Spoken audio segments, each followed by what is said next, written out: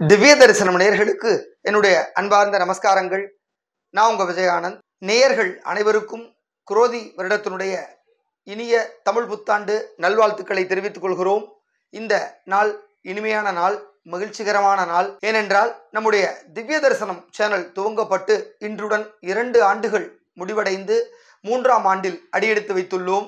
கடந்த 2022ஆம் ஆண்டு இதே தமிழ் புத்தாண்டு அன்று இந்த திவ்ய தரிசனம் சேனலானது உதயமானது. நீங்கள் கொடுத்த அன்பும் ஆதரவிலும் இந்த அளவிற்கு வளர்ந்து உங்களுக்கு ஆன்மீக சேவையை ஆற்றிக் கொண்டிருக்கிறது. இன்னும் பல ஆண்டுகள் இந்த தெய்வீக திருப்பணியை செய்வதற்கு நீங்கள் இன்னும் உதவிகரமாக இருக்க வேண்டும் என கேட்டுக்கொள்கிறோம். அதோடு இந்த திவ்ய தரிசனம் சேனல் வாயிலாக நாம் எண்ணற்ற வீடியோக்களை பதிவிட்டு வருகிறோம். அதில் ஒவ்வொரு வீடியோக்களையும் பார்த்து அதற்கான ஆலோசனைகளை நீங்கள் அளித்து வருகிறீர்கள். இந்த பணியானது உண்மையிலேயே என்னை இன்னும் உத்வேகப்படுத்துகிறது. இன்னும் பல கோவில்களுக்கு சென்று அரிய விஷயங்களை உங்களுக்கு எடுத்து சொல்ல வேண்டும் என்ற எண்ணத்தை என்னுள் ஏற்படுத்துகிறது. எனவே இந்த நன்னாளில் உங்களுடைய அன்பையும் ஆதரவையும் இன்னும் பலமாக தர வேண்டுமாய் கேட்டுக்கொண்டு, இன்றைய தினம் தமிழ் புத்தாண்டு குரோதி வருடமானது தொடங்குகிறது. இந்த குரோதி வருடத்தினுடைய சிறப்புகள் குறித்து இந்த வீடியோவில் பார்க்கலாம். வாருங்கள்.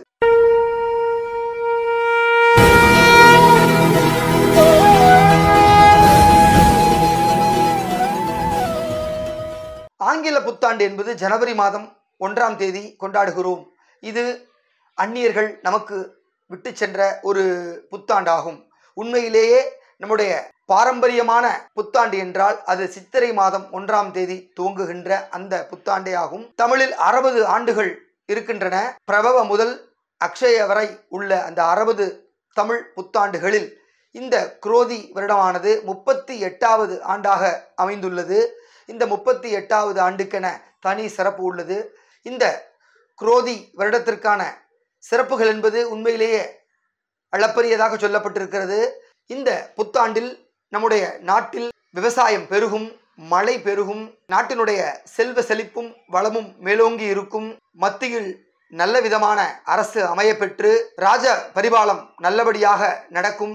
அப்படிப்பட்ட சிறப்பு வாய்ந்த இந்த ஆண்டாக பஞ்சாங்கத்தில் இது பற்றி சொல்லப்பட்டிருக்கிறது.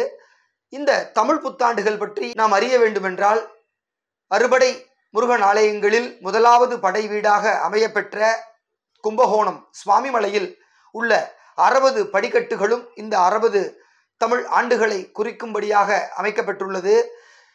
இதுவரை அந்த கோவிலுக்கு சென்று நீங்கள் அந்த படிக்கட்டுகளை பார்க்காமல் விட்டுவிட்டிருந்தால், இனி வரும் காலங்களில் சுவாமிமலை செல்லும் பொழுது இருபுறமும் தமிழ் ஆண்டினுடைய பெயர்கள் இடம்பெற்றிருக்கும். அந்த பெயர்களை பார்த்து விட்டு நீங்கள் ஒவ்வொரு படியாக மேலேறி சென்று அந்த தகப்பன் சுவாமியை தரிசனம் செய்யலாம்.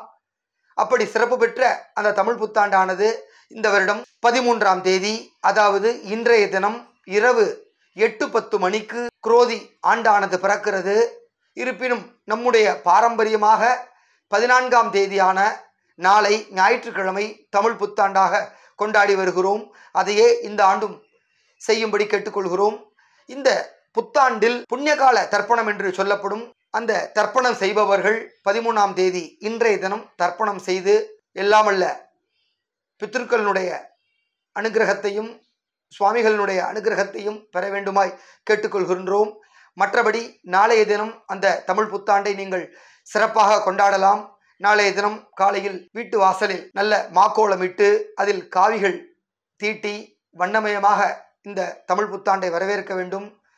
இன்றைய இரவே சுவாமி அறையில் ஒரு முக கண்ணாடியை எடுத்து வைத்து அதற்கு கீழே தேங்காய் உடைத்து வைத்து அதனுடன் முக்கணிகள் என்று சொல்லப்படும் மா, பலா, வாழை ஆகியவற்றை எடுத்து வைக்க வேண்டும். அதோடு மகாலட்சுமி அனுகிரகமாக சொல்லப்படுகின்ற அந்த தாம்பூலத்தையும் எடுத்து வைக்க வேண்டும். உங்களிடம் இருக்கின்ற புதிய நோட்டுகளையோ அல்லது தங்கத்தையோ வைரத்தையோ வெள்ளியையோ எது உங்களிடம் புதிதாக இருக்கின்றதோ அதையும் சுவாமி அறையில் எடுத்து வைக்க வேண்டும். அதோடு அந்த முக கண்ணாடியில் தங்க சங்கிலிகளை அணிவித்துவிட்டு உறங்க செல்ல வேண்டும். நாளை காலை எழுந்து நேராக முகத்தை அந்த பூஜை அறைக்கு சென்று அந்த கண்ணாடியில் உங்கள் கண்களை விழித்து முதலில் உங்கள் முகத்தை நீங்கள் கண்ணாடியில் பார்க்க வேண்டும். இதைத்தான் மலையாள மக்கள் விஷுக்கணி என்கிறார்கள். இந்த தமிழ் புத்தாண்டை வரவேற்கும் ஒரு விதமாக சொல்லப்படுகின்ற ஒரு பண்டிகையாகும்.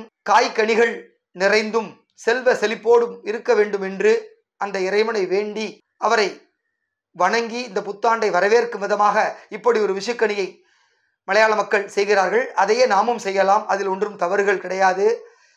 கடந்த 2 நாட்களுக்கு முன்பு தெலுங்கு சமுதாயத்தினர் யுகாதி பண்டிகையை சிறப்பாக கொண்டாடினார்கள். அன்றைய தினம்தான் கன்னடம் பேசும் மாத்வா என்று சொல்லக்கூடிய அவர்களுக்கும் புத்தாண்டானது பிறந்தது.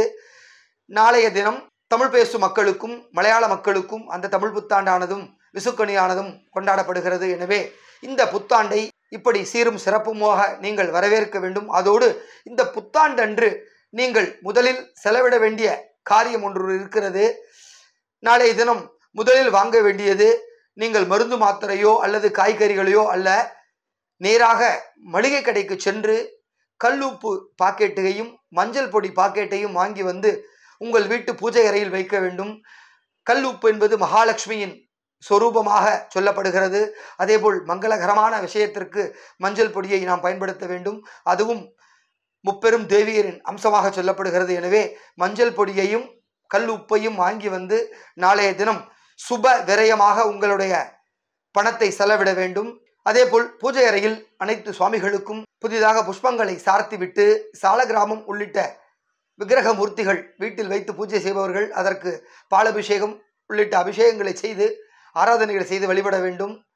முடிந்தால் நாளைய தினம் சர்க்கரை பொங்கலோ பாயசமோ செய்து சுத்தன்னத்துடன் சுவாமிக்கு நிவேதனம் செய்துவிட்டு அதை காக்காவுக்கு போட்டுவிட்டு அதன் பிறகு நீங்கள் அந்த அன்னத்தை உட்கொள்ள வேண்டும். இப்படியாக இந்த குரோதி வருடத்தை நாம் வரவேற்க வேண்டும்.